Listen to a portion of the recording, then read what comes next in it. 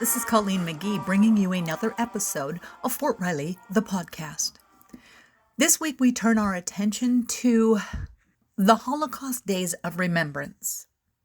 From 1939 to 1945, 2.7 million Jews and others were deported to what was known as killing centers in German-occupied Poland. Probably the most infamous of those is Auschwitz. Auschwitz was also the first one liberated by U.S. soldiers, and what they saw left a lasting impression on them. Today, I'm joined by Mishi and Rabbi Michael Harari. Rabbi Harari is a chaplain and a captain with the 1st Infantry Division, and the two of them are here to talk about the impact that the Holocaust had on their family. Chaplain Harari, 116 Infantry. I'm the battalion chaplain, as well as I'm the rabbi here on Fort Riley. Mishi Harari. I'm Chaplain Harari's wife. Okay. So we're talking about the Holocaust Days of Remembrance today. And I think the first question I would like each of you to think about, and it was, why is it important today to remember? In general, when people think of the Holocaust, sometimes they narrow it down to think of it on a Jewish plane, and saying that, you know, how many millions of Jews were murdered in labor camps and death camps, and thinking it as it was something that just happened to one people at one time, years and years ago during the Second World War. When looking deeper into it, to know that it affected all individuals of any minorities, of any backgrounds, of religions that didn't agree with the establishment or with the Nazi Party. So when thinking about that, it applies more today than even it did back then.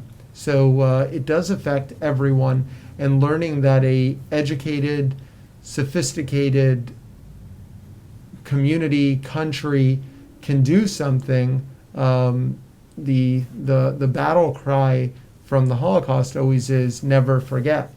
Because as long as we remember what was done, what could be done by a seemingly civilized population, educated population, it could always happen again in any country around the world.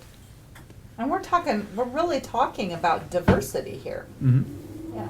So even in regards to not just religion, color, creed, but someone who would be special needs would be exterminated. Someone who would have a disability would be exterminated. So thinking about that, and thinking about our population nowadays, of how we have to be sensitive, accepting, and understanding that, as the Army even teaches in 6-22 on leadership, that our strength comes through diversity and not by removing everyone else that is different than you.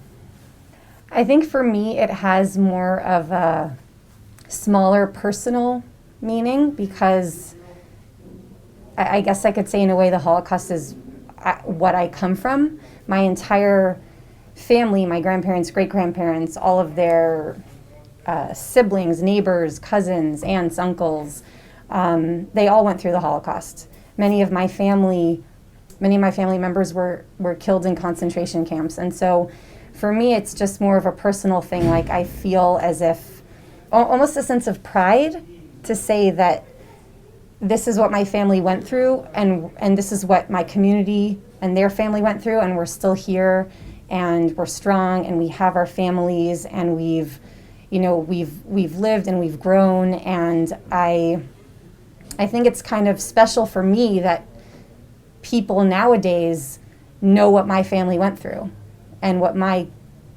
other people in my community, what their families went through, because I feel like a lot of people don't know very much about the Holocaust at all. And that's foreign to me, because growing up, we were very open about the Holocaust. All of my grandparents, spoke about it. It was just something that we talked openly about. So when I meet people that don't know anything about it, I kind of feel like, I guess I could say, a little bit let down. Kind of feel like people should know that, this is what we have gone through as a people. I grew up in South Florida, where many Holocaust survivors moved due to the weather and other things So growing up as a kid, I remember clearly people, congregants in our synagogue with numbers tattooed on their arms from concentration camps. And that was a normal thing. Everyone knew these were survivors with tattoos on their arm. One day there'll be no more survivors. Who's going to tell the story? Who's going to say, hey, this is what happened to our people. This is what happened to all people that were different. My mom's mom spent some years in Auschwitz. And so for her, you know, and her husband, my grandfather, that I never met, they were both there. And so I know every piece of food was very precious to them. And my grandmother actually became like a very well-known cook in camps in upstate New York. It was her thing. She just always loved to cook in abundance for people. And yeah, food was a very big thing for her, for both of my grandmothers, but particularly for my mom's mom.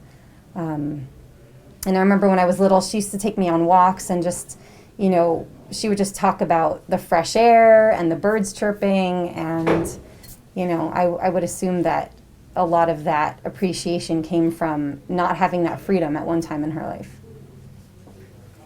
So for you, growing up in Florida and having parishioners in your synagogue, what were some of the things that you noticed about them that may make them stand apart or different, that was to signify what they'd been through? So something that I've seen, I guess, parallels in survivors is, as my wife mentioned, the joy of youth, seeing children, seeing another generation of you know, Jewish children learning Torah, reading Hebrew, doing things like that brought them such joy, because I'm positive at some very dark moment in the 30s and 40s, they thought they would be the last Jew on earth. My grandma, who's she's still alive, she always says, even to this day, who would have thought? You know, all of my children, my grandchildren, my great-grandchildren were in America. You know, we built a successful life, and who would have thought? That's, you know, that's something that she very with a big often smile. says. With, yeah. You could picture a very big smile, ear to ear, with an accent. But as she's cooking something and seeing all the kids, or going to a wedding or a bar mitzvah, that she really thanks God every day and every moment because of where she came from and where her family is now and how it's grown. My other grandma, my mom's mom, who passed away about 10, 11 years ago, when we were kids, she was very vocal. She was an activist, and she would go around speaking to junior high schools and high schools all about the Holocaust. She had an interview once with Steven Spielberg. So she was very outspoken in a good way about the Holocaust. She very much wanted everyone to know her experiences. And like I said, she was in Auschwitz. So, you know, she definitely went through some difficult periods. But she was very, in a sense, proud to be able to, you know, speak out. Whereas some people, like my grandfather, her husband, from what I know, was very quiet. He never talked about his experiences. So I guess the one thing, we've got so many young people on this installation who just don't have any connection. They don't have that firsthand knowledge. So what do you think is the most important thing for young soldiers and young families to be talking about today? I guess if we were going to leave off one idea, what act of kindness could we do in the world right now because of that? Remembrance is one thing, but let's do something good. Let's do something positive. Let's be a better neighbor. Let's help someone out.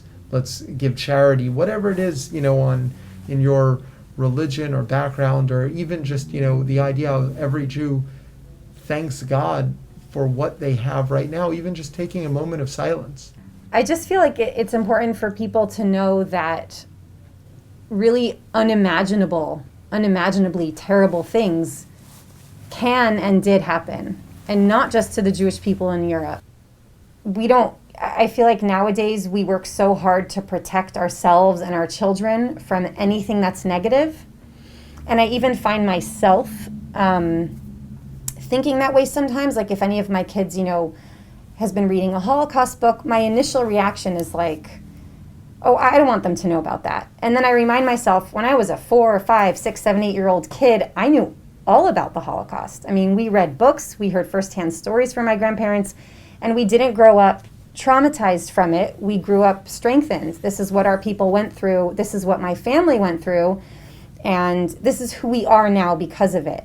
And so I feel like it's sometimes important to not be so worried that our kids or our soldiers, are going to know about something so horribly negative. Sometimes it's important to know about what happened and that it could happen and that it did happen. And also, I guess the idea of that just hitting home that it wasn't a Jewish problem. It was anyone different. I'm sure, meaning I'm not sure numbers wise of how many blacks were in Europe at the time, but if there were any, they were going to camp. If someone was, I think it was people Catholics, who had different political opinions, communists, anyone at all, are that is a ticket to extermination. My grandma that was in Auschwitz, she had a tattoo. She had her numbers, and we always used to run our hands on her arm and say, Grandma, your numbers. And I can't remember the first time that we said, what is this? But it was a part of her. Oh, these are my numbers. She would say, these are my numbers. And it was just like her numbers. We knew that she was in Auschwitz and she was tattooed and she was numbered. And for anyone else that would meet her, it was strange. It was foreign. But to us, to me, that was my grandma. That was my grandma's arm. That was, and she had a unique way of just, I know it sounds weird, but taking pride in it. She wasn't ashamed that there were many people that, that hit it. Yeah, would keep their sleeves down because it was traumatic or embarrassing, and she was very proud to show people her numbers, and so that was always very that she was a survivor. Yeah. She didn't go through the Holocaust like a reed going down a river. She was a survivor. She fought, and she was did a very tough everything woman, and to live. Yeah. She fought to live. So I think her numbers were in her mind, I made it. Yeah. Mm-hmm. Yeah. There was one other story that always kind of makes me I don't know the right word, but my grandma, the same grandma, was she. What's her name? Helen. Grandma Helen. So they were from Romania, and she was the oldest of 5. I believe there's one of my mom's uncles that are still alive, but before their family, before they were taken, her father said to her, "Promise me that all of your siblings, that you will watch over them and make sure that they all survive." And they all were in Auschwitz together, and they all survived. How I don't old know. was she? I believe she was about 19, 20 at the time. And they all made it through. So that was always a very, meaningful story for me. Thank you for listening to Fort Riley, the podcast. The Holocaust was a dark, dark time in the history of our world, but it has a lot of lessons, and a lot of hope came from those who survived. To find out more, you can visit the United States Holocaust Memorial Museum at ushmm.org.